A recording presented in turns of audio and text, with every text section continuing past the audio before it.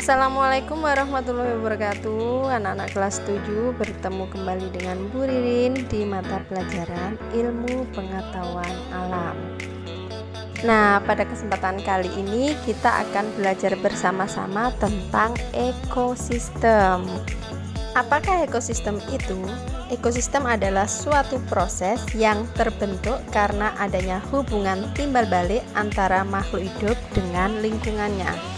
Dalam ekosistem itu terdapat komponen-komponen yang terlibat di dalamnya, di mana komponen-komponen ini saling mempengaruhi. Dan berdasarkan fungsi dan aspek penyusunnya, maka komponen ekosistem ini bisa dibedakan menjadi dua, yaitu komponen abiotik dan juga komponen biotik. Apakah komponen abiotik dan komponen biotik itu?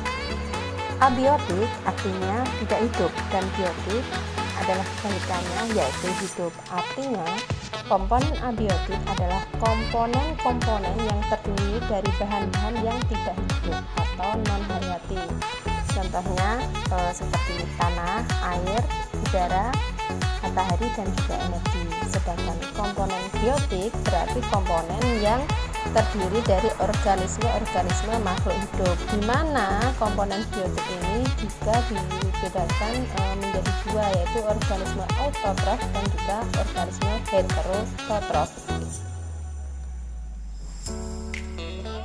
Berdasarkan peranannya, komponen biotik bisa dibedakan menjadi tiga macam, yaitu 1. Produsen, 2. Konsumen, dan 3. Dekomposer.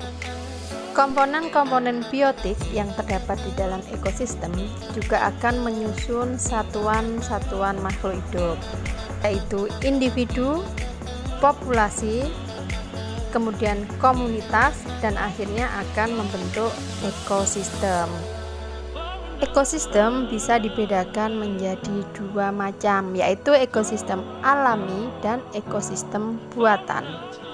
Ekosistem alami merupakan ekosistem yang tercipta dengan sendirinya tanpa adanya campur tangan dari manusia, seperti ekosistem laut dan ekosistem sungai. Sedangkan ekosistem buatan merupakan ekosistem yang terbentuk dengan adanya campur tangan manusia. Artinya memang ekosistem ini sengaja dibuat oleh manusia dengan tujuan untuk memenuhi kebutuhan mereka. Contoh dari ekosistem buatan ini adalah misalnya seperti sawah, danau buatan, dan kolam ikan. Di dalam ekosistem pasti terjadi interaksi yang terjalin antar komponen-komponen penyusunnya, di mana interaksi antara komponen biotik di dalam ekosistem dapat terjadi melalui peristiwa makan dan dimakan. Dan di dalam peristiwa makan dan dimakan inilah akan terjadi aliran perpindahan energi antar makhluk hidup. Nah, perpindahan energi antar makhluk hidup ini bisa terjadi dalam rantai makanan, jaring-jaring makanan, dan juga piramida makanan. Mari kita bahas satu persatu.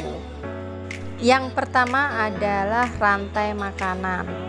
Nah, rantai makanan ini merupakan peristiwa makan dan dimakan antar makhluk hidup dengan urutan dan arah tertentu.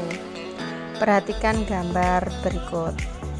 Gambar tersebut menunjukkan adanya rantai makanan, di mana di situ ada rumput yang dimakan belalang, kemudian belalang dimakan oleh katak, katak dimakan oleh ular, dan ular dimakan oleh elang. Kemudian ada jaring-jaring makanan. Jaring-jaring makanan merupakan sekumpulan rantai makanan yang saling berhubungan. Silahkan diperhatikan gambar berikut. Apa yang bisa kalian tangkap dari gambar tersebut? Ya, di gambar tersebut terdapat beberapa rantai makanan yang terjadi dan saling berhubungan. Contohnya, di gambar tersebut ada tumbuhan yang dimakan tikus, kemudian tikus dimakan rubah. Ada lagi tumbuhan dimakan belalang, belalang dimakan laba-laba, laba-laba dimakan ular, dan ular dimakan elang. Nah, dari beberapa rantai makanan tersebut, mereka saling berhubungan dan akhirnya membentuk jaring-jaring makanan. Kemudian ada piramida makanan, di mana piramida makanan ini merupakan komposisi rantai makanan yang semakin ke atas maka jumlahnya akan semakin kecil. Jadi di sini piramida makanan itu merupakan interaksi antar komponen biotik yang lebih dari peristiwa makan dimakan dalam sebuah rantai makanan. Dalam piramida makanan kita akan mengenal istilah tropik 1, 2, 3, dan 4, di mana tropik 1 ini ditempati oleh produsen dengan jumlah yang lebih banyak daripada tropik di atasnya. Demikian juga dengan jumlah tropik di atasnya lagi akan lebih mengecil atau mengerucut sehingga akan membentuk piramida. Demikian pembelajaran kita pada kesempatan ini, dan silahkan dikerjakan tugas yang telah Bu Ririn siapkan. Terima kasih, tetap semangat, dan wassalamualaikum warahmatullahi wabarakatuh.